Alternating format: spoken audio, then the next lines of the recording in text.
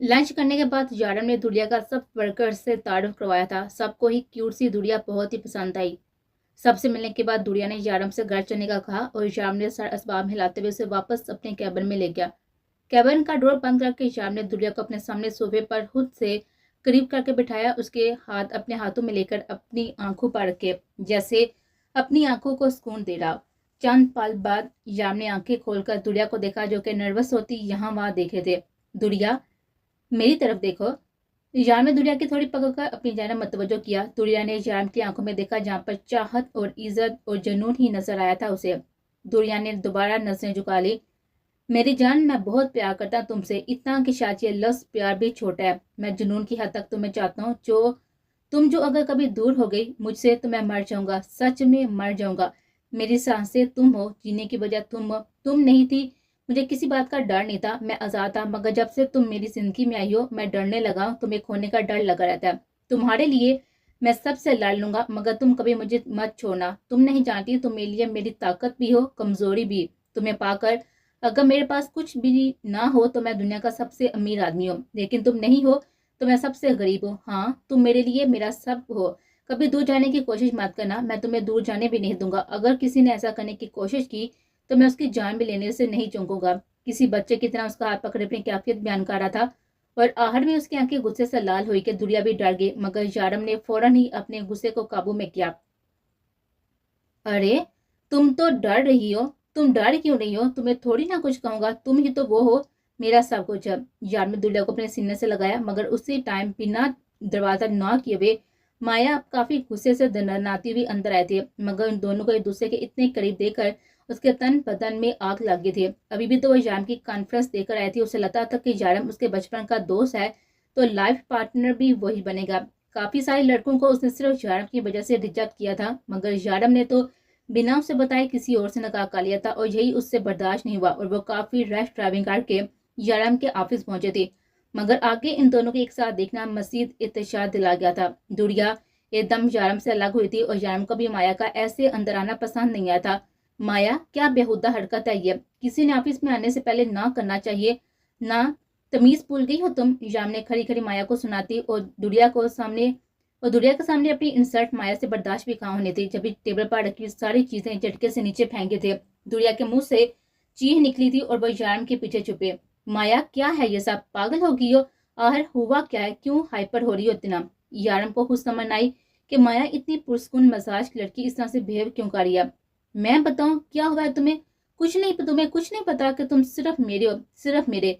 किसी और को तुम्हारे साथ कभी बर्दाश्त नहीं कर सकती मैं, और इस लड़की को तुम्हारी लाइफ से जाना होगा, वरना मैं जान से मार दूंगी उसे। माया टूटा कांच हाथ में पकड़े दुनिया के जानब बढ़ती, उसे अपनी जानब देखकर दुनिया ने यारम की शर्ट को पीछे से मुट्ठी में जकड़ा था। यारम को ताय आया जब भी पास आती हुई माया को एक जोरदार थप्पड़ रसीद किया था। उसके सामने दुनिया एक पल के लिए घूम गए थे। इनफ, अपने हाथ में रो, 200 वही रो, ज्यादा साथ चलने की जरूरत नहीं है। और ये तुम मेरी बीवी बनने के हवाब कब से देखने लग गई? क्या मैंने कभी दोस्त से बढ़कर तुम्हें कुछ महसूस करवाया? नहीं ना। तो मत भूल अपनी लिमिट्स। जैम को कहाँ बर्दाश्त था कोई उसकी बीवी को उसके सामने मारने की बात करे, फिर चाहे वो कोई भी क्यों ना होता। उसकी बचपन के दोस्त वो लिहाज नहीं करता। जाम ने मुड़कर दुनिया को देखा, जो कि गुटी गुटी आवाज में रो रही थी। एक पल में उसका मासूम सा चेहरा दर्द से लट्ठे की तरह सफेद हुआ था। आंखों से आंसू भी बह जा रहे थे। यारम के दिल को जैसे किसी ने मुट्ठी में दबोचा था। वो फौरन दुनिया के पास गया था, उसे सीने से लगाया। हे मेरी जान, रिलैक्स, कुछ नहीं हुआ, बस चुप, जल्दी से आंसू साफ कर अपने। शाबाश। श्याम ने अपने साथ उसके आंसू पहुंचे थे और माया ये मंत्र देती अंगारों पर लोट पोट हुए थे। दुनिया को चुप करवा कर श्याम ने मुड़कर माया को देखा था, जिसकी आंखों से अंगारे निकले थे। तुम अभी तक यहीं पर हो, जाओ, वरना दिक्के मारकर बाहर निकालूंगा। अगर आज के बाद इस ऑफिस यहाँ पे मेरी बीवी के आसपास भी नजर आए तो ऐसी मौत मारूंगा कि मरने के बाद भी तड़पोगी। अब खड़ी मुंह क्या देख रही हो? दफा हो जाओ। याम गुस्से से वार्न करते हुए बोला, तुम मेरे नहीं तो मैं तुम्हें कभी भी किसी और का होने नहीं दूंगी। इस थप्पड़ की कीमत तुम्हें चुकानी पड़ेगी यारम शाह, ये बात याद रखना तुम। माया जहर उगलती दुनिया को खाचान में नजर से घूरती वहां से तन फन करती बाहर निकल गई थी और यारम ने दुनिया को अपने साथ सोफे पर बिठाया। अभी भी वक्फे वक्फे से सुन सुकारती, दुनिया रिलैक्स हो, कुछ नहीं हुआ, ओके माय डॉल, प्लीज जाओ फ्रेश होकर आओ, फिर घर चलते हैं, जाओ, रोना नहीं है। यार ने दुनिया को जबरदस्ती फ्रेश होने भेजा और खुद सोफे पर सर पकड़ कर बैठ गया और एक नजर ऑफिस को देखा। सारा कुछ बिखरा पड़ा था, कोई चीज जगह पानी थी, कमरा साउंड प्रूफ था, इसलिए किसी को कुछ पता न था कि अंदर हुआ क्या है। थोड़ी देर में दुड़िया बाहर आए तो आंखें सूजी हुई थी और गाल सुरह के एक दफा फिर माया पर उसे गुस्सा आया था, मगर दुड़िया को अपने बाजू के घेरे में लिए बाहर ताकाया और उमर जो उसी के पास आ रहा था वहीं पर रुक गया। उमर, मैं कुछ देर तक आ रहा हूँ, वापस मेरा कैबिन साफ करवा देना मेरे आने से पहले। उमर को हदायत देते वो बाहर पार्किंग तक आया और गाड़ी का फ्रंट डोर खोलकर दुड़िया को बिठाया। जन से गाड़ी मेन रोड पर डाली और साथ वाली सीट से भी सूसू की आवाज आ रही। याम को कहाँ गवारा था उसके होते हुए दुड़िया उदास हो, इसलिए घर जाने से पहले गाड़ी एक शॉपिंग सेंटर के सामने रोके थे और कार पार करके यारम घूम कर दुड़िया की जानब आया, जहाँ पर वो इधर उधर देती हुई समझने की कोशिश करती कि वो लोग यहाँ पर क्यों आए। कम ऑन मेरी जान, जल्दी से आ जाओ, फिर मुझे ऑफिस वापस भी जाना है, हरी आप। दुड़िया का हाथ थामते उसे अंदर लेकर जाने लगा।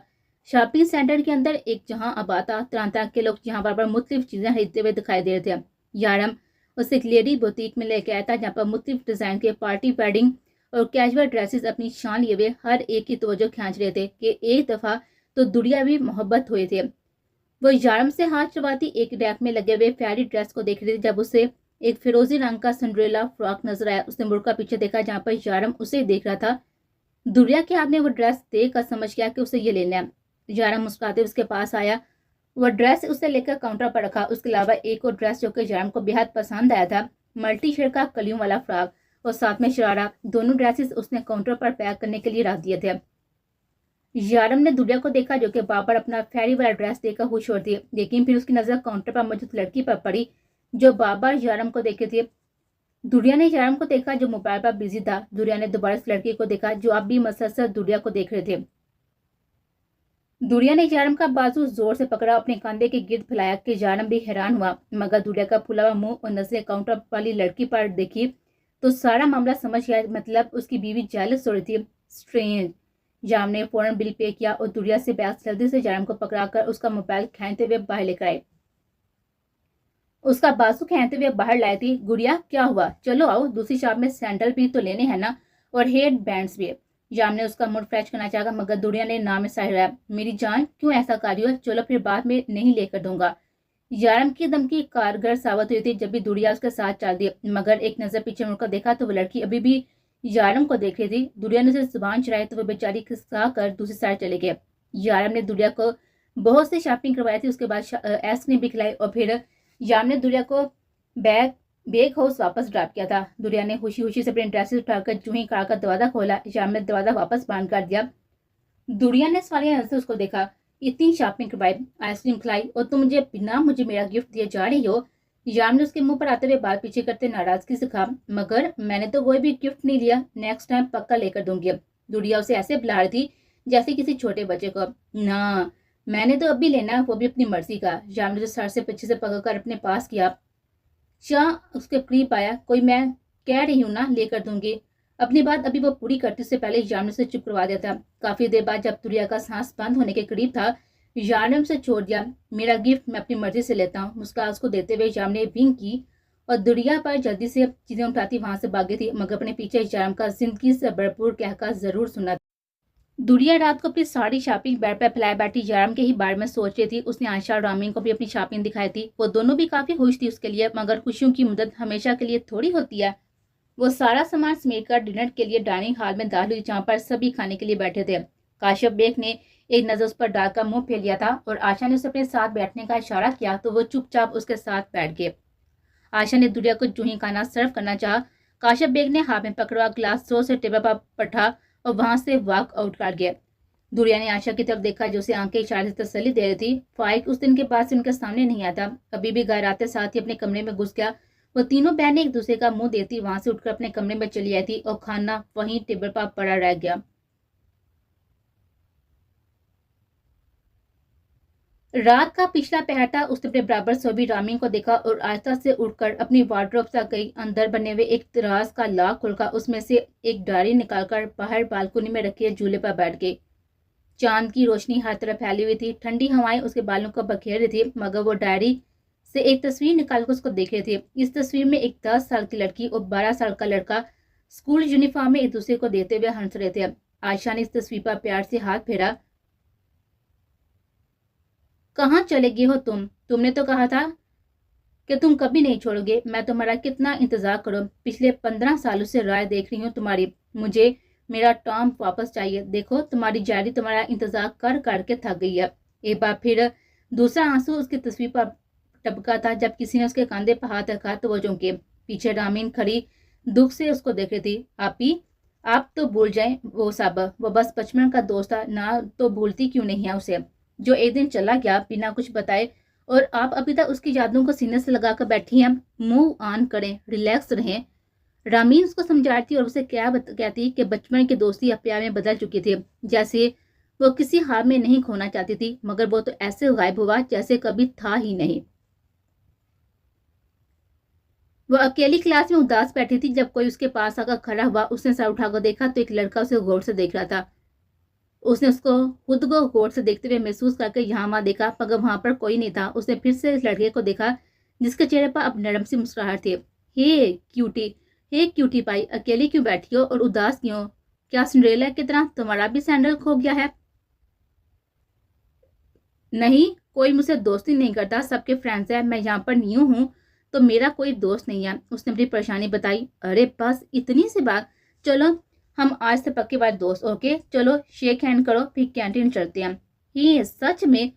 बट आप तो बॉय हो ना, और मुझसे बड़े भी। एक पल में उसका मूड खुशगवार हुआ था, मगर अगले ही लम्हे वो दोबारा उदास हुई थी। अरे इट्स ओके, मैं हूँ बड़ा, बस 3 साल सीनियर हूँ आपसे, पर दोस्ती तो हो सकती है ना? दोस्ती में एज नहीं देती। So we are friends. उसने अपना हाथ आगे बढ़ाया तो उसने भी अपना हाथ उसके हाथ पर रखा था। मेरा नाम आयशा है, और आपका नाम क्या है? आयशा ने उसकी तरफ सवालिया नजर से देखा। मेरा नाम मुस्तफ़ा है, आप जो दिल करे उसी नाम से बुला लें। मेरे favourite cartoon Tom and Jerry हैं, तो क्या मैं आपको टॉम बुला सकती हूँ प्लीज? आशा ने होंठ गोल कर अंदाज में कहा कि मुस्तफ़ा को हंसी आई। हाँ बिल्कुल बुला सकती हो मुझे, फिर तो मैं भी आपको आशा नहीं जेरी बुलाऊंगा। उस दिन के बाद पूरे 2 साल तक वे दूसरे के साथ रहे, और वो दोनों हर छोटी से छोटी बात शेयर करते थे। जब मुस्तफ़ा के पापा ने अचानक से उसे बताया कि वो लोग कराची शिफ्ट हो रहे हैं, हैदराबाद में उनके बड़े कारखाने थे, मगर मिकाल और आजम साहब ने बाहमी मशवरे से कराची शिफ्ट होने का फैसला कर लिया। मुस्तफ़ा इस वक्त मैट्रिक में था। यारम अमेरिका के एक बोर्डिंग स्कूल में पढ़ रहा था, जबकि ओन भी मुस्तफ़ा वाले स्कूल ही जाता। मगर पापा ऐसे अचानक, और जाना भी आज ही, क्योंकि हम 2 दिन बाद भी जा सकते हैं। मेरे स्कूल को डॉक्यूमेंट्स भी तो लेने हैं ना। वो सब मैं पहले से करवा चुका हूँ, लिहाजा तुम इस बात की फिक्र ना करो। आज हम जा रहे हैं, डेट्स फाइनल। देख लो तुम्हें जो लेना है ले लो, ज्यादा टाइम नहीं है। और मुस्तफ़ा का दिल जोर से धड़का था, और वो ना चाहते हुए भी उसे आशा से मिले बिना जाना पड़ा। वो जानता था आशा उससे नाराज होगी, मगर वो भी क्या करता। वो कराची तो आ गया, मगर उसका दिल अभी भी वहीं पर अटका था। अगली सुबह दुनिया की आंख खुली तो सुबह के 10 बजे थे। कुछ देर गायब दिमागी से वह यूं ही लेटी रही, फिर उठकर फ्रेश होती बाहर आई तो बाहर लॉन्च में आ गई। लॉन्च में सभी मौजूद थे, मगर जयराम को देखकर वह ठटकी। वो नासमझी सबको देख रही थी। जब आशा की नजर उस पर पड़ी और वह उसे अपने साथ ही लॉन्च पे लाई, जहाँ पर काशिफ बेग जहाँ वहाँ टहल रहे थे, जबकि यारम सुकून से बैठा हुआ था। दुनिया को लॉन्च में आता देखकर वो अपनी जगह से उठा। पापा, ये है आपकी बहू दुरे मखनून यारम शाह। यारम दुल्हा का हाथ हमें आजम साहब के सामने लाया, जो कि आज यारम की जिद करने पर उसके साथ आए थे। आजम साहब अपनी जगह से उठे और दुरिया सहम का यारम के पीछे ही। उसकी घबराहट नोट करते हुए यारम के चेहरे पर हल्की सी मुस्कुराहट है। दुरिया कम ऑन, पापा हैं और तुमसे मिलने आए हैं। यारम ने उसे आजम साहब के सामने किया तो उन्होंने उसके सर पर हाथ फेरा तो दुरिया को सुकून महसूस हुआ। भाई यारम, हमारी बेटी तो बहुत ही प्यारी है माशाल्लाह से। आसम साहब को क्यूट सी दुनिया वाकई बहुत पसंद आई थी। हाँ तो पापा अब मेरी पसंद है, प्यारी तो होगी ना? यारम ने बालों में हाथ फेरते हुए उतराते हुए कहा। तो काशिफ साहब, अब आप हमें हमारी बेटी की रुखसी दे दीजिए। हम जल्दी अपनी बेटी को घर लेकर जाना चाहते हैं, और अब और सब्र नहीं होता। आजम साहब की बात पर काशिफ बेग ने उनके जन्म देखा, फिर यारम के जन्म। यारम ने आईब्रोज कराए तो काशिफ बेग ने असबाब में सह लाते हुए हनकोरा भरा। ठीक है, अब जब चाहे अपनी बहू को लेकर जा सकती हैं, मुझे कोई एतराज नहीं। अब मैं चलता हूँ, मुझे काम है। खुदा हाफिज। काशिफ बेग अपनी बात मुकम्मल करते वहां से वॉकआउट करके, और रामीन आशा के साथ ही दुरिया भी हैरत से यह काया पलटती देखती रह गई। दुरिया ने आशा के जन्म वाले नजर देखा तो उसने भी कांधे उचकार कर लाइल्मी का इशार किया, मगर अभी वो अपने शोहर को अच्छे से जानती नहीं थी, वरना इतनी हैरत ज्यादा ना होती। अरे अब खड़ी रहना है या चाय भी मिलेगी? याम ने आशा की तरफ देखा तो वो अब भी लाइक कहकर किचन में घुस गई।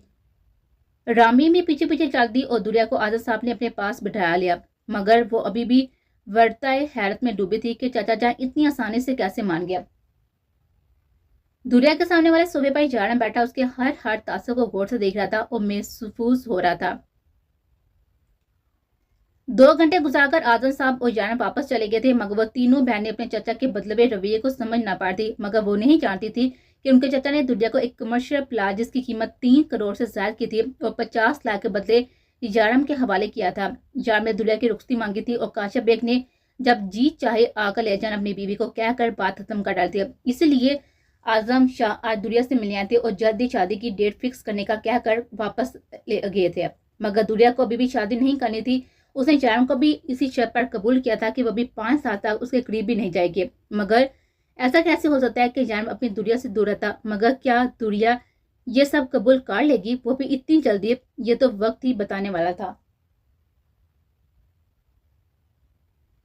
1 हफ्ता हो चुका था दुरिया को पाकिस्तान आए हुए। उस 1 हफ्ते में क्या कुछ हो चुका था। उसे जाम की बात याद थी कि वो सिर्फ 15 दिन के लिए पाकिस्तान जा रही है। उसके बाद उसे वापस जाकर अपनी यूनिट ज्वाइन करनी है और दुरिया ने इस बारे में आशा से बात की थी। उससे कोई भी एतराज नहीं था और दुरिया ने अपने हाथ में पकड़े मोबाइल को देखा जो कि आखिरी दफा जाम ने जाते हुए थमाया था। वो मोबाइल लिए हुए आयशा के पास आए। इसमें सिर्फ जाम का नंबर सेव था। बाद में दुरिया ने आयशा और रामीन का भी सेव कर लिया। अब या मुझे मेरे मोबाइल में सारे अकाउंट्स बना दे, फेसबुक का भी, व्हाट्सएप का भी, इंस्टाग्राम का भी, याहू जी, मेरे सब कुछ जितने भी होते हैं ना सब बनाकर दे दें। फिर मैं अपने सब फ्रेंड्स को ऐड करूंगी, बस जल्दी से बनाकर दे दें। जल्दी जल्दी कहती वो इतनी क्यूट लगी थी कि आशा ने बेसाता दिल ही दिल में उसकी नजर उतारी। अरे लड़की सब्र करो, इतनी क्या जल्दी है? और तुमने अपने शाह से पूछा अगर उसको बुरा लग गया तुम्हारा ये सब अकाउंट्स यूज करना तो फिर? अरे उनको क्यों बुरा लगेगा, बस आप बना दो ना जल्दी से। दुरिया ने जिद करके सारे अकाउंट्स बनवा लिए और अपने फ्रेंड्स को भी ऐड कर लिया। यारम इस वक्त एक बिजनेस मीटिंग में था जब उसके मोबाइल पर मुख्तलिफ नोटिफिकेशन शो हो रहे थे। वो हैरानगी से सारे नोटिफिकेशन चेक करता गया जिसमें दुरिया के तमाम अकाउंट्स की डिटेल्स शो हो रही थी, क्योंकि दुरिया को मोबाइल देने से पहले जाम ने उसमें एक चिप फिक्स की थी जिसे उसे दुरिया की मोबाइल में आने वाली हर कॉल, मैसेज और ईमेल और मुख्तलिफ ऐप्स का पता चलता रहता। मगर उसमें फेसबुक, इंस्टाग्राम और मुख्तलिफ ऐप के नोटिफिकेशन आना वाकई हैरानकुन था। काफी जब से याम ने मीटिंग अटेंड की और फौरन मीटिंग हॉल से निकलकर अपने ऑफिस के कैबिन में आया। उसे रह रहकर दुरिया पे गुस्सा आ रहा था कि बिना पूछे उसने अकाउंट्स बनाए कैसे। वो तंग नजर नहीं था, मगर दुरिया को वैसी सोशल एक्टिविटी से दूर रखना चाहता था। कुछ देर ऑफिस में ही टहलते रहने के बाद वो अपना मोबाइल और गाड़ी की चाबी उठाता हुआ ऑफिस से बाहर निकला था और अब उसका रुख बेहोश की जलन था। न जाने अब कौन सा तूफान आने वाला था दुरिया की जिंदगी में। दुरिया मजे से लाइन में बैठी फेसबुक स्क्रोलिंग कर दी जब जारम की गाड़ी गेट से अंदर दाल हुई। दुरिया का रुख गेट की तरफ ही था, इसलिए जो ही उसने नजर उठाई जारम गाड़ी से निकलकर सीधा उसी की तरफ आ रहा था। उससे अपनी जान बढ़ता हुआ देखकर दुरिया यकदम खड़ी हुई और मोबाइल भी हाथ से गिरते गिरते बचा था। किसकी इजाजत तुमने सोशल अकाउंट्स बनाए और फिर ये प्रोफाइल पर तस्वीर भी अपनी अपलोड की? क्यों? बिना मुझसे पूछे ये सब क्यों किया तुमने? जवाब दो मुझे। यार में दुरिया का बाजू पकड़कर उसे झंझोर डाला था। यार को गुस्से में देखकर दुरिया थर थर कांपने लगी। शाह, वो मेरी सब फ्रेंड्स के पास ये अकाउंट्स हैं और सबने अपनी तस्वीर लगाई हुई थी तो मैंने भी, तुमने भी उनकी देखा देखी लगा ली। वाह, मतलब वो कुएं में कूदेंगी तो तुम भी कूद जाओगे। बड़ी हो जाओ वरना मैं कर दूंगा, आई समझ। इधर दो मुझे मोबाइल। उसके हाथ से मोबाइल जबर का तमाम अकाउंट्स डिलीट किए और फिर फोटो गैलरी खोली जहाँ पर ढेर सारी दुरिया की सर्विस मौजूद थे। मुख्तलिफ अंदाज में क्यूट क्यूट से पोस्ट में कुछ आयशा और रामीन के साथ भी थे। यारम ने एक नजर दुरिया को देखा जो भी कांप रहे थे और आंखों में आंसू भी झिलमिला रहे थे। एकदम से यारम को अपने रवैये पर अफसोस हुआ जब भी कुछ सोता हुआ दुरिया को अपने पास किया था। दुरिया मेरी जान, देखो ये सब भी तुम्हारे लिए ठीक नहीं है, वरना मैं खुद बना कर देता। आपको अब रोना नहीं है, ओके? और मैंने व्हाट्सएप डिलीट नहीं किया, तुम अपनी फ्रेंड के साथ बात कर सकती हो। इधर आओ मेरे साथ, मेरी सेल्फी लो। कितनी ढेर सारी बनाई है अपने। दुरिया ने जो ही शाम की तरफ देखा, शाम ने वो मंजर कैमरे में कैद कर लिया था। रोई रोई गुलाबी होती रंगत के साथ जर्द रंग का कुर्ता और जीन्स पहने वो प्यारी लग रहे थे। यारम ने तस्वीर देखी, उसके कांधे से थोड़ी नीचे तक आती दुरिया बच्ची लग गई थी। यारम ने बालों में हाथ फेरा और मोबाइल वापस दुरिया को दिया। ये लो, और रात से पहले सारी तस्वीरें मुझे जानी चाहिए, समझी? अब मैं चलता हूँ और खबरदार आइंदा सोशल अकाउंट्स में घुसी, अभी एज नहीं है तुम्हारी ये सब करने के लिए। उसके गात थपथपाते समझाया और दुरिया ने भी अच्छे बच्चों की तरह साड़ी ला दिया। ओके, अब मैं चलता हूँ, रात को इंतजार करना, कॉल करूंगा, सो मत जाना। उसे अल्लाह हाफिज कहता वो अपनी गाड़ी के जाना बैठ गया और दुनिया ने सुकून का सांस लिया। उफ, शुक्र है गे, वरना मैं तो मरने वाली थी। तोबा कितना गुस्सा करते हैं, और तो जैसे कोई काम ही नहीं है। और ये भी ठीक है, रात उनका वेट करूं। वो क्यों भला, मैं सो जाऊंगी। हाँ, ये ठीक है, डायनासोर कहेंगे। मेरे बारे में बात हो रही है। जाम गाड़ी की चाबी वहीं पर दुनिया के पास टेबल पर भूल गया था, वही लेने वापस आया तो दुनिया को बड़बड़ाते हुए सुन लिया। तभी कान के पास सरगोशी की। वो दुनिया उसकी हरकत पर उछली थी। नो, मैंने तो कुछ भी नहीं किया, कुछ भी नहीं कहा, डायनासोर भी नहीं कहा। वो बदहवासी में सच बोल गई थी और अब जुबान दांतों तले दबा गए। गुड गर्ल, कहना भी नहीं, वरना मैं सच में डायनासोर बन जाऊंगा। चेहरा दुनिया के कान के पास लाते सरगोशी की थी और कान पर हल्का सा बाइट करता पीछे हुआ। दुनिया ने बेसाधा याम को देखा तो याम ने एक आंख दबाई। दुनिया ने नजरें झुका ली। चलता हूँ, और जो कोई रात को सोने के प्लान्स बना रहा है ना, उसे कहना अगर सोई तो मैं खिड़की से अंदर आ जाऊंगा, फिर है नहीं होगी। ओके बाई, अपना ख्याल रखना। उसे धमकी हमें लहजे में डराता वो अपनी गाड़ी में बैठा जन से गाड़ी बाहर लेकर गया। उफ, डायनासोर। दुनिया ने यहाँ वहां देखा, सब अंदर थे। वो भी वहां से उठकर अंदर की जानब चल दिए। दुनिया 8 बजे से जाम की कॉल का इंतजार करती, मगर अब रात के 2 बजने के बाद भी कोई कॉल, कोई भी मैसेज न आया था। शदीद नींद के बावजूद भी वो स्टडी टेबल पर बैठी मोबाइल हाथ में थामे बैठी थी। अब उसे शदीद गुस्सा भी आ रहा था कि वो सिर्फ उसके लिए जाग रही है, मगर अभी तक जाम ने कोई भी कॉल क्यों नहीं की। बहुत काफी दफा कॉल करते करते रुक गई। आहर 3 बजे के करीब उसने जाम को मैसेज कर ही दिया। अगर कॉल नहीं करनी थी आपने तो मुझे इंतजार करने का क्यों बोला।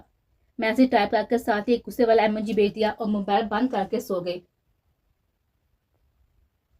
यारम को आज एक पार्टी में जाना था। ये एक बिजनेस पार्टी थी। यहाँ पर काफी बड़ी बड़ी शख्सियत मौजूद थी जो कि बिजनेस में अपना नाम मनवा चुके थे। यारम जो ही पार्टी में दाखिल हुआ, काफी लोगों की नजर उस पर पड़े। ब्लैक 4 पीस पहने हुए, हाथ में ब्रांडेड घड़ी पहने, ऊपर नफासत सेट किए हुए वह वहां पर मौजूद काफी लोगों का दिल धड़का चुका था। वह वहां पर सबसे मिलता एक अलग टेबल पर आ बैठा। जब भी कोई उसके पास आकर रुका, यारम ने निगाह उठाकर देखा तो यकदम अपनी कुर्सी से उठकर आने वाले को गले लगा गया।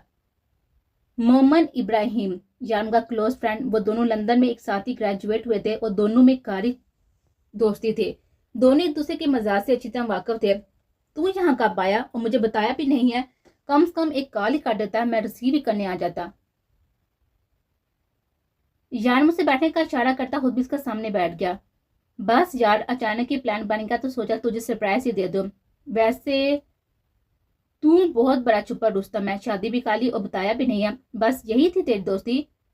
मोहम्मद ने उसे कंधे पर एक मुक्का रसीद किया। अरे यार कहाँ, अभी तो बस निकाह हुआ है और बेफिक्र है। शादी का सबसे बड़ा कार्ड, सबसे पहला कार्ड तुझे भेजूंगा। वो दोनों काफी देर बातें करते करते पार्टी से बाहर निकल आए। यारम मुझे समंदर के किनारे ले आया। वो अपने मोबाइल गाड़ी में छोटे समंदर के किनारे वॉक करते हुए वहीं रेत पर बैठकर दोनों बातें करने लगे और यूं टाइम का पता ही ना चला। काफी वक्त गुजरने के बाद यारम को घर जाने का ख्याल आया और दोनों वापस गाड़ी में आ बैठे। यारम ने जो ही टाइम देखने के लिए मोबाइल हाथ में उठाया और दुनिया का आरी मैसेज देखकर उसे शदीद गुस्सा आया। खुद पढ़ के उसने दुनिया से कहा था कि वो कॉल करेगा, मगर ये बात उसे भूल गई थी और वो जानता था कि दुनिया नाराज होगी। मोहम्मद को उसके घर उतारकर याम ने गाड़ी अपने घर की जानब मोड़ी। जिस वक्त वो घर पहुंचा सुबह के 5 बज रहे थे। अपने कमरे में आकर वो बिना चेंज किए बेड पर गिरा और थका होने की वजह से जल्दी नींद की वादी में गुम हो गया। यारम की आंख तकरीबन 10 बजे के करीब खुली थी। कुछ देर कसमंदी से पड़ा रहने के बाद वह फ्रेश होने चल दिया। फ्रेश होकर नक्शे से तैयार वो नीचे आया जहाँ पर आजम साहब, मिकाशा, आमना बेगम और अक्सा बेगम बैठी बातें कर थी। ऑन यूनिवर्सिटी और मुस्तफ़ा आप ही जा चुका था। लो आ गया आपका लाडला, खुद बात कर ली। अब आजम साहब ने सीनियों को यारम को सीनिया उतरता देख अपनी बेगम से कहा, क्या बातें चल रही है, आज मुझे भी तो पता चले। यारम अपनी मामा के पास बैठता हुआ बोला, तुम्हारे मामा को अपनी बहू से मिलने की चाह हो रही है। मैंने कहा तुमसे पूछ लें, क्या कहती हो फिर? अरे इसमें सोचने की क्या बात है, चलते हैं ना आपकी बहू से मिलें। बल्कि ऐसा करते हैं सब चलते हैं, वैसे भी शादी की डेट फिक्स करनी है ना, तो फिर देर किस बात की। याम ने हथेली पर सरसों जमाई थी। मगर जाना बेटा, इतनी जल्दी से शादी, फिर तैयारियां, इस सब में वक्त लगता है बेटा। मगर मामा, 1 हफ्ते बाद दुनिया की फ्लैट है, वापस जाकर उसने यूनिवर्सिटी भी ज्वाइन करनी है, उसका हर्ज हो रहा है। और तैयारियां क्या करनी है, बस बारात और वलीमे का ही ड्रेस लेना, ना मेहंदी का फंक्शन। मुझे नहीं पसंद, इसलिए सिर्फ बारात और वलीमा होगा। आप बस जाकर डेट फिक्स कर लें, बाकी तैयारियां मैं देख लूंगा। मगर बेटा उसके घर वाले मान जाएंगे इतनी जल्दी शादी के लिए? अक्सा बेगम ने परेशानी से पूछा। जी मामा, वो मान जाएंगे, बस आप तैयारी करें और मुस्तफ़ा और ओन भी जाएंगे साथ में, उनको कॉल करता हूँ, थोड़ी देर में वो भी आ जाएंगे। यारम ने सब प्रोग्राम सेट कर लिया और सब भी मान गए थे।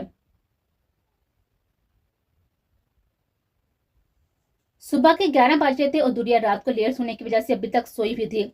आशा 2-3 चक्कर लगा चुकी थी मगर वो बेसुध पड़ी थी। तकरीबन 12 बजे के करीब दुनिया की आंख खुली। काफी देर तो वो गायब दिमाग से लेटे रही, मगर फिर उसे रात की जाम की हरकत याद है तो वो गुस्से से उठ बैठे। समझते क्या है खुद को, अब करते रहे काम, मैं भी नहीं उठाऊंगी। वह उससे उलझते हुए फ्रेश होने चल दी। फ्रेश होने के बाद दुनिया नीचे नाश्ते की घर से किचन में गई जहाँ से तरह तरह के खानों की खुशबुएं आ रही थी। यारम ने आयशा को कॉल करके अपने आने का बता दिया था, इसलिए वो सुबह से तैयारी में लगी हुई थी। आयशा, रामी और माजदा जो कि काम वाली थी, मुख्तलिफ डिशें बनाते हुए मगन थी। दुनिया हैरान होते हुए आगे बढ़ी। आपी, आज हैरियत तो है ना? ये इतने सारे खाने, क्या कोई आ रहा है? कोई मेहमान? वो वहीं पर रखी कुर्सी पर बैठ गई। अरे तुम उठ गए, मैं अभी तुम्हें ही उठाने आ रही थी। जल्दी से तैयार हो जाओ, यारम भाई उनके घर वाले आ रही हैं। रामी ने उसे बताया तो उसके होश उड़े। मगर आपी, वो क्यों आ रही हैं? अभी कुछ दिन पहले भी तो आए थे ना, फिर आज क्यों? दुनिया ने घबराहट में पूछा। उसकी घबराहट महसूस करते आशा ने मुस्कुराकर उसको देखा। गुड़िया जाओ, मेरे कमरे में तुम्हारा ड्रेस रखा है, वो पहन लो। गुड़िया जल्दी से, टाइम भी नहीं है इतना, वो लोग आते ही होंगे। ओके हरी आप रेडी होकर आओ। मरता क्या ना करता कि मुसादिक दुनिया उठकर आशा के कमरे में आई जहाँ पर ब्लैक कलर की फ्रॉक के साथ ही ब्लैक और गोल्डन दुपट्टा रखा हुआ था। दुनिया ने वो ड्रेस चेंज किया और नीचे चली है। माजदा दुनिया के लिए नाश्ता लेकर आई तो दुनिया ने वहीं बैठे हुए नाश्ता खत्म किया और टीवी ऑन करके बैठ गया। आयशा और आमीन भी काम खत्म करके फ्रेश होने चल दी थी। वो दोनों फ्रेश होकर बाहर दुनिया के पास आई जहाँ पर वो टीवी पर कार्टून देखने में मगन थी। दुनिया, अब तो कार्टून देखना बंद कर दो, बड़ी हो गई हो, आफ्टर ऑल अब शादी होने वाली है तुम्हारी। रामी ने उसे छेड़ा था। जी नहीं, इतनी जल्दी मैंने नहीं करनी शादी, और अभी तो आशा आपकी की होगी, फिर आपकी, उसके बाद मेरे। अभी वो तीनों बातें कर रही थी जब बाहर गाड़ियों के रुकने की आवाज आई। आशा और रामी लॉन्च के दरवाजे तक गई जबकि दुनिया वहीं पर बैठी कार्टून देखने में मगन हो गई।